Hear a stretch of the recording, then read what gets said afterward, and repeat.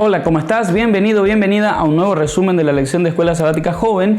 Esta es la semana número 3 del trimestre. El título de la lección es 2 épocas, un mensaje, y el texto base está allí en Deuteronomio capítulo 5 y comienza en el versículo 1 y se extiende hasta Deuteronomio 6, versículo 9. Bueno, arrancamos hablando un poquito acerca de este debate que hay entre los teólogos, entre el nuevo pacto, antiguo pacto y todo lo demás.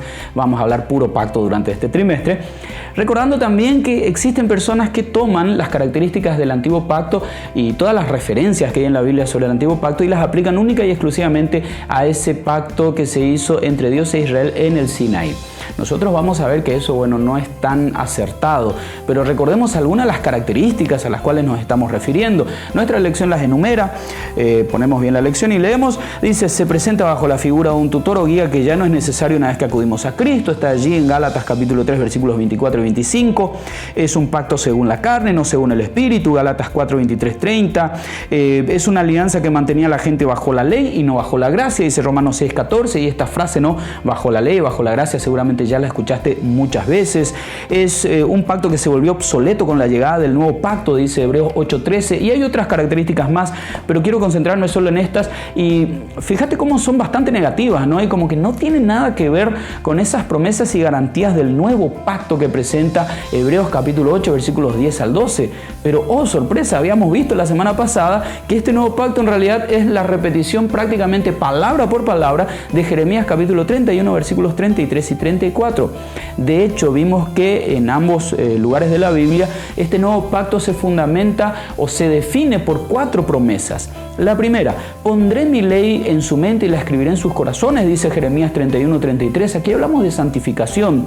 Lo sorprendente es que mucho antes de que Jeremías escribiera esto, ya en Deuteronomio capítulo 6, versículos 4 al 9, en donde aparece la Santa Shema, la declaración de fe del pueblo de Israel, allí ya se hablaba acerca de que estas palabras estarán en tu corazón, decía Dios. Y fíjate que esto está en el capítulo siguiente a la recapitulación de los 10 mandamientos antes de que Israel entre a Canaán. Yo seré su Dios y ellos serán mi pueblo, dice la segunda promesa que aparece también en Jeremías 32, 38. Y aquí hablamos de la reconciliación entre Dios y ese pueblo. Lo interesante es que ya en Levítico capítulo 26, versículo 12, tenemos esta declaración de Dios: yo andaré constantemente entre ustedes. No sé si lo dije bien, pero seguro lo entendiste, ¿no? Estamos hablando de un Dios que está hablando otra vez con Israel al pie del Sinaí. Todos me conocerán es la tercera promesa. Aquí se habla acerca de la revelación de Dios, esa autorrevelación de Él, y también de la misión del pueblo de presentar la revelación de Dios a otras personas. Esto aparece en Jeremías 31, 34, es cierto, pero antes de recibir los 10 mandamientos, ya en Éxodo capítulo 19, versículos 5 y 6, Dios le había dicho eso a Israel. Este concepto aparece también en Éxodo 28, 4, en Salmos 67, 1 y 2, en fin. Vemos que la cuarta promesa, que es perdonar y olvidar, es lo que aparece allí en Hebreos 10, 17. Nosotros tenemos esta seguridad de que podemos ir ante Dios como si nunca hubiéramos pecado. De esto se trata la justificación. Pero esto ya aparece incluso en Éxodo capítulo 34, versículo 7. Esto pasa, esta declaración de Dios de que Él va a perdonar y que quiere perdonar, aparece en el contexto de Moisés, que está recibiendo por segunda vez las tablas de piedra con los 10 mandamientos. Esto sigue siendo en el monte Sinaí, sigue siendo antes de que Israel entre a la tierra prometida, sigue siendo el pacto de Dios con Israel. En otras palabras, tanto el pacto del Sinaí como el nuevo pacto que se menciona tanto, están basados ambos en las mismas 4 promesas definitorias. Y esto no es una casualidad, esto es una señal de que estamos hablando siempre del mismo pacto. Lo que ha cambiado constantemente a lo largo de la historia es los receptores del pacto, porque como decía justamente Jeremías, este pueblo de Israel invalidó ese pacto, y es por eso que Dios tiene que hacer de nuevo un pacto con otro pueblo, y ahí es donde vos y yo entramos. Se han hecho muchos intentos de demostrar que el pacto que Dios hizo con Israel, ese antiguo pacto en el Sinaí, era un pacto basado en leyes, reglamentos y mandamientos, mientras que el nuevo pacto del que se habla en la Biblia está basado en amor, y que por eso hay esa diferencia entre estos dos pactos. Esto no es muy cierto. Más todavía porque si analizás la evidencia textual, te encontrás con que sí, Deuteronomio tiene esa estructura literaria que te recuerda un poquito a un contrato entre 2 o más partes. De De hecho, muchos documentos de la época que se han encontrado tienen una estructura parecida.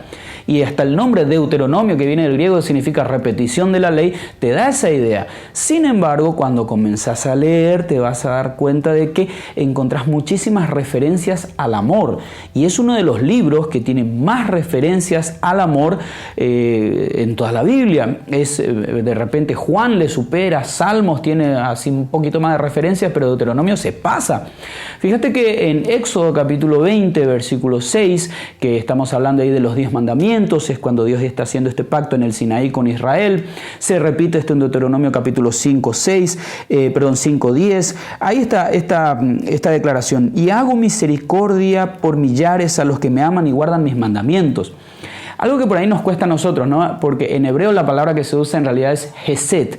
Y Hesed sí se puede traducir como misericordia, pero otras versiones de la Biblia, como por ejemplo la NTV o la NBI, han traducido esto como amor inagotable o amor sin medida.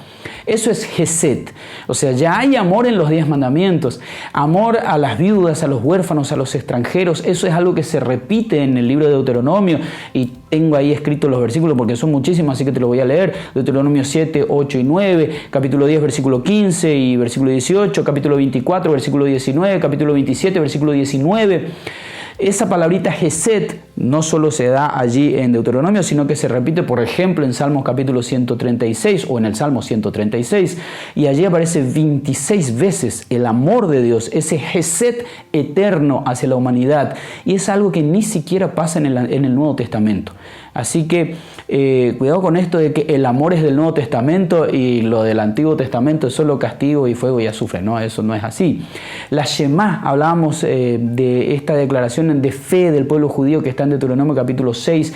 Específicamente en el versículo 9 se presenta el principio motivador de la obediencia del pueblo. O amarás a Jehová tu Dios.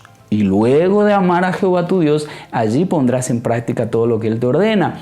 Jesús toma este texto y allí en Mateo capítulo 22 y versículo 38, Él se refiere a este como el mayor de todos los mandamientos. Fíjate en el orden que existe aquí. Primero hay que amar a Dios y luego cumplir sus mandamientos. Y aquí sí, hay que darle a aquellos que por ahí atacan este tipo de obediencia, ¿no? Hay personas que solo se concentran en obedecer y olvidan que hay que amar primeramente a Dios. Es por eso que Pablo en Romanos 13:10 nos dice que el cumplimiento de la ley es el amor. Pero este principio que él está enunciando allí, en realidad ya fue promulgado en el Sinaí. El problema está en que con el tiempo quizás se malinterpretó y es por eso que hoy tenemos que hacer nuevamente ese énfasis y hacer esta aclaración. Creas o no en Jesús, Él dividió la historia en dos. Tenés antes de Cristo, después de Cristo. Cuando hablamos en términos históricos del pacto eterno de Dios, también podemos decir que hay un pacto antiguo y un pacto nuevo porque Jesús está en el medio. Hay un antes de Él y un después de Él. Antes de Él, el que quería salvarse tenía que mirar por la fe a ese Mesías que iba a venir, simbolizado en los corderos, en los machos cabríos, en las palomitas, en fin. Ahora con Jesús todo eso termina. Ahora, es cierto que Jesús elimina estos ritos anteriores, pero establece otros, como por ejemplo el bautismo. El que cree y sea bautizado, ese será salvo. Y de paso, paréntesis, si todavía no fuiste bautizado, ¿qué estás esperando? Tenés el rito también impuesto de la Cena del Señor, que nos recuerda un poquito el sacrificio y la muerte de Jesús y lo que Él quiere hacer con nosotros. También en Jesús se cumplen las 4 promesas que identifican el nuevo pacto. Me refiero a su vida, a su muerte y su resurrección. Estamos hablando de la santificación, la reconciliación, la revelación de Dios y el llamado a la misión y la justificación. Ahora, el sacrificio final es Cristo y Él es quien confirma de esta manera esta alianza perpetua o este pacto eterno que se menciona en Hebreos capítulo 13, versículo 20, y por eso también finaliza con los sacrificios, como dice también en Hebreos capítulo 8, versículo 13. Pero antes de terminar, quiero recordarte algo. Vos podés estar viviendo históricamente hablando en la era del nuevo pacto porque estás después de Jesús, solo por eso estás pudiendo ver este resumen. Pero puede ser que estés muy concentrado, muy concentrada simplemente en cumplir ciertos ritos, ciertas hasta tradiciones a veces, por sobre la palabra palabra de Dios y por sobre una experiencia con Jesús. Por favor, no olvides nunca esto, ¿sí? Es cierto que Dios nos dio una ley y nosotros debemos cumplir esa ley porque esa es una manera también de crecer y crecer hasta llegar a la imagen de Jesús, pero siempre tiene que ser el orden manifestado en Deuteronomio capítulo 6, versículo 4 al 9, ¿te acordás? Primero amo a Dios con todo mi corazón, con toda mi alma, con todas mis fuerzas y luego yo obedezco a lo que Él me pide que haga, ¿sí? Por favor, hacele caso a ese Dios que en Isaías 45, 22 pide o le ofrece la salvación a todos los pueblos. Hacele caso a ese Jesús que en Mateo 25, 34 dice que tiene un reino preparado para los salvos, ¿sí? Yo quiero terminar este resumen leyéndote algo que Elena de White escribió en el libro El Camino a Cristo, este libro tan lindo, y en la página 52 explica lo siguiente acerca un poquito de la relación obediencia y salvación. Nótese aquí que la obediencia no es un mero cumplimiento externo, sino el servicio del amor. La ley de Dios es una expresión de su misma naturaleza.